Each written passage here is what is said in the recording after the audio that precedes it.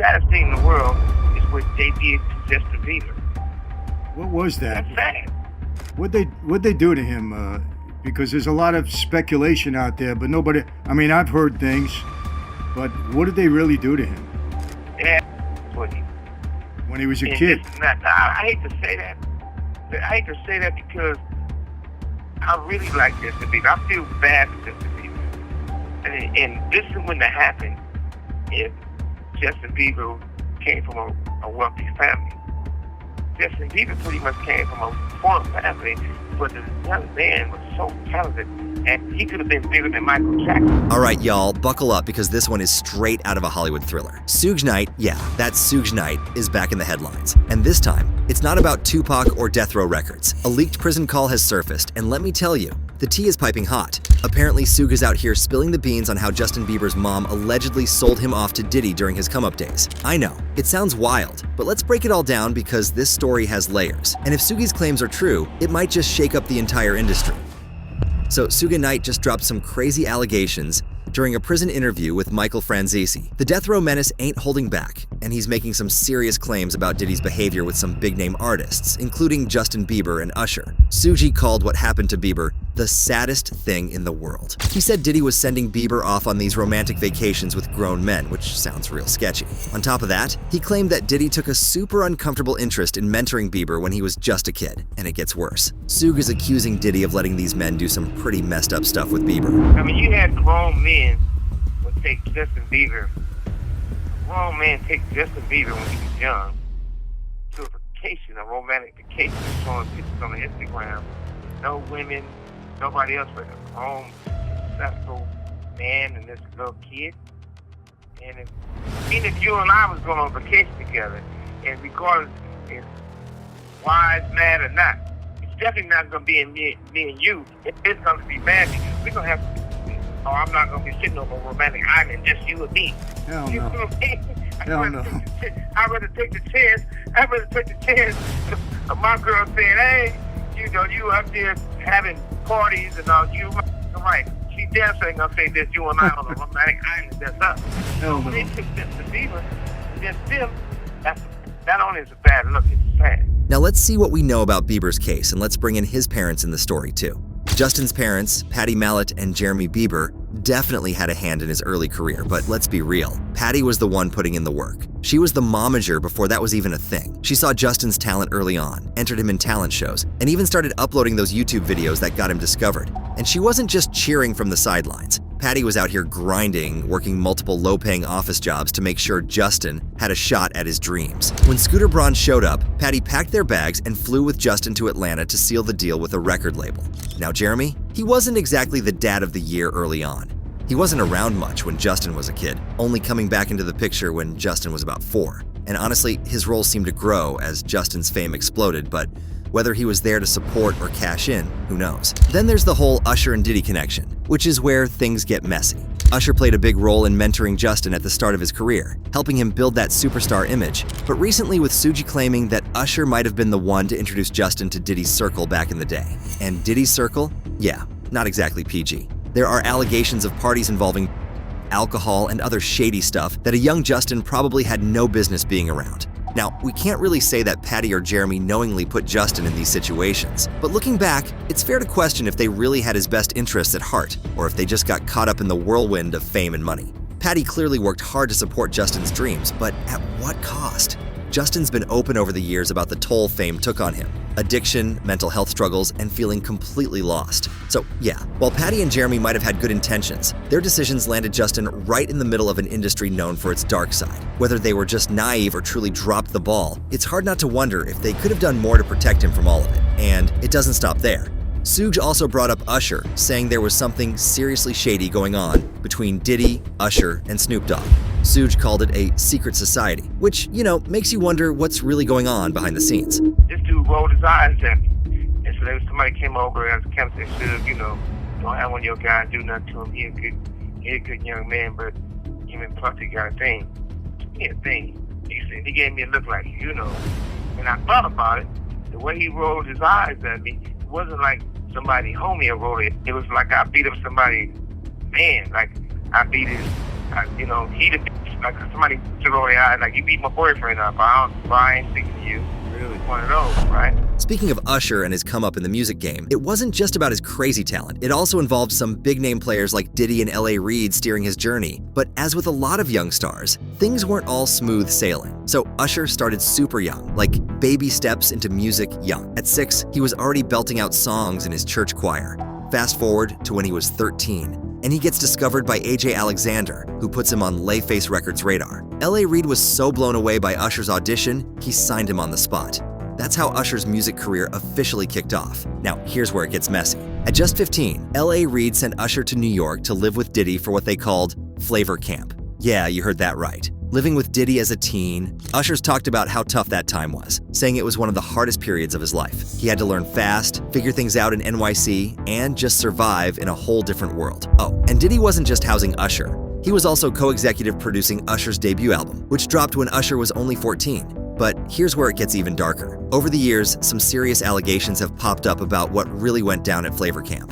Diddy's former bodyguard, Gene Deal, claimed that Usher was exposed to some really inappropriate stuff as a teen. Gene even said Usher was around situations with older women that no 15-year-old should have been involved in, and Usher hasn't exactly denied it. He once said Diddy introduced him to a whole new world, and not the Disney kind, when he was just 13. Usher's been pretty open about witnessing things he probably shouldn't have. He's talked about being around wild parties at Diddy's place, with stuff going down that's best left to the imagination. By 15, Usher said he was exposed to nightlife, women, and even drugs, all under Diddy's watch. And years later, when someone asked if he'd ever send his own kids to a place like Flavor Camp, Usher didn't hesitate. He said, absolutely not. I moved to New York City, and I lived with Sean Puffy Combs for a year. That's the crazy thing. Now, that was L.A. Reid's idea, right? We're sending you over to something called Puffy Flavor Camp. There you go.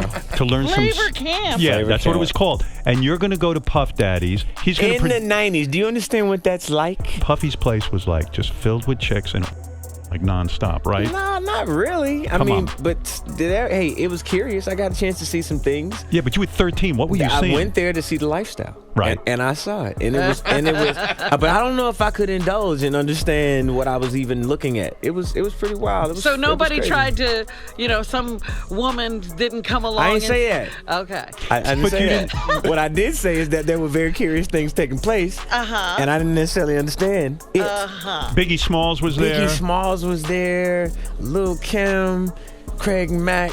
All these people are hanging around. Yeah, man. Faith Evans, And your parents Jodeci, were Mary J. okay? Blige. They didn't know nothing about this. Oh. I was having a good time. You know what I mean? Does he have you doing any chores? Are you doing dishes at all? I mean, to keep you humble somewhat? Or are you just like, can you stay up till 4 a.m. with them and party? I mean, I could. I actually stayed up longer than them. And do you have money? What's going on? I mean, I had like per diem. Yeah. I had like, What like a a living. life. Yeah, it's pretty crazy. 14 years old. You're a dad now. Would you ever send your kid to Puffy Camp?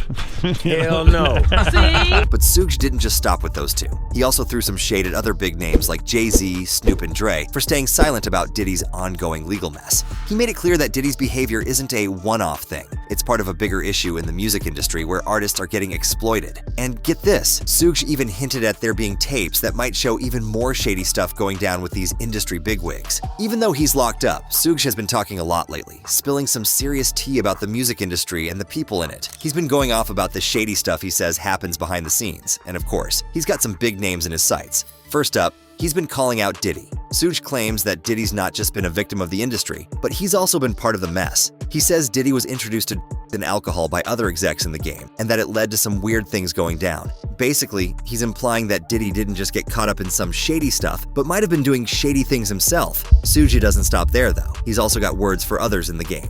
Suge went after some of the big-name execs, like Russell Simmons, Clive Davis, and Andre Harrell, accusing them of using substances to control artists and break them down. He says they targeted Diddy in particular, using substances to compromise his manhood. But if you don't stop the cycle, it's going to keep happening. Somebody need to go visit Usher right now. Say, Usher, it's not too late for you.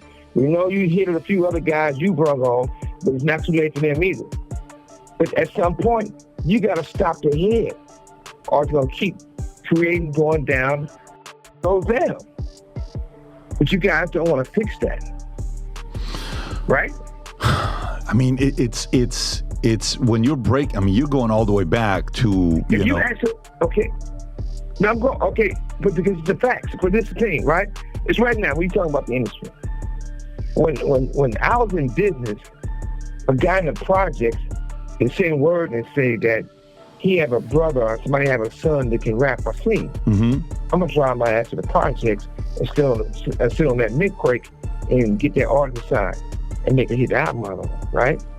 But now what I'm basically saying is they got it so blocked in or locked, they're not giving some of the best talented people the opportunity to be artists. Or they'd rather have an artist that's 50 years old, 49, still putting them on the front line. Give these younger generations the opportunity, the chance to grow and make some of themselves. But Suge is not just calling out people by name. He's also revealing some of the messed up practices that go on in the industry. For example, he talks about this weird initiation ritual called the egg test. Apparently, newcomers in the industry had to go through it as a sort of hazing, and it's as degrading as it sounds. It's just one example of the disturbing things Suge says are part of the industry's dark side. They used to have these guys, they used to call it the boiled egg test. They should take a boiled egg, a raw boiled egg, and have those guys put their pants down and bend over and they stick it.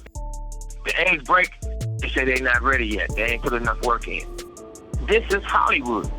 So everybody want to go act like they don't know what's going on. Hold on. Then he dives into the whole scene. Suge claims that when artists were signed to Death Row, they only used to smoke trees. But when they moved on to other labels, the use got a whole lot heavier. He's basically saying that as soon as artists signed with the bigger labels, they got caught up in a much darker world of substances. Now, it's important to keep in mind that Suge's claims aren't backed by solid proof. A lot of the people he's accusing have outright denied what he's saying. Plus, he's in prison for some nasty stuff, so we gotta ask ourselves, what's really motivating him to come out and say all this? He just mad at the industry and airing dirty laundry? Or is he telling the truth about what's been going on behind the scenes? Still, the fact that he's calling out so many heavyweights in the game makes you wonder if there's some truth to it. The whole situation's just got the industry looking a lot messier than it already is, and who knows what else might be lurking behind those closed doors. But why is all of this happening right now? Well, this all came around once all those allegations against Diddy started piling up. You see, Diddy's downfall opened up a can of worms that the world simply wasn't ready for. But truth be told, Diddy and Suge go way back. That boy life is dangerous. His life doesn't, and he just not dangerous with the shit they said he was doing, but he's in danger. He know too much. One thing you gotta realize is he probably having a conversation right now with the higher ups and everybody else to figure out how it's gonna work itself out, because he know all the secrets, and if he get to running his mouth, it could be a bad look. Way back to the infamous East Coast versus West Coast rivalry of the 90s, a feud that had the entire music industry shook and left a permanent mark on hip-hop history. And now, it's looking like Suge might be ready to settle some old scores and expose the truth about what went down in those wild days. Yeah, exactly. You'll have a 90 mother down the street and said Suge Knight Tupac. When everybody know off the top, I ain't the Tupac, I'm the protected Tupac. Yeah. But at the same time, Puffy can give him a mother star, and every rat in the world said he didn't want Tupac. Yeah. Or had him shot. Yeah. You know what I mean? But if you notice, it was a rat on television saying he the one did the shooting, this happened, that happened, this happened, that happened, right? Right. Back then, Suge was repping the West Coast with Death Row Records, while Diddy was running the East Coast game with Bad Boy Records. These two weren't just rivals in music. They were the faces of a coast-to-coast war. It was more than business. It was personal. Suge wasn't shy about throwing shade either. Remember that infamous moment at the 1995 Source Awards? Suge straight up called out Diddy on stage, dissing him for being too in-your-face in his artist's music videos. That jab? It sent shockwaves through the industry. And let's not forget the tragedies tied to this feud. Biggie and Tupac, two of the greatest rappers of all time, were taken from us during the height of this East versus West drama. Over the years, there have been whispers and accusations flying about who was really behind their deaths, with both Suge and Diddy's names coming up in the conspiracy theories. The tension between these two camps wasn't just about music. It felt like a battle for dominance in the culture. Fast forward to now, and Suge's name is popping up again, but this time it's not just about the past. Suge has been locked up for years, but even from behind bars, he's got plenty to say. Could he be using this moment to finally air out the music industry's dirty laundry, and maybe even call out Diddy one last time? Suge has been in the game long enough to know where the skeletons are buried, and let's be real, he's never been one to hold back. And honestly, it makes sense. This could be Suge's way of reclaiming the narrative. He's watched Diddy rise to billionaire status while his own empire crumbled. Maybe now he's ready to reveal the truth as he sees it, whether it's about the East Coast versus West Coast beef, the tragedies that followed, or the shady dealings that went on behind the scenes.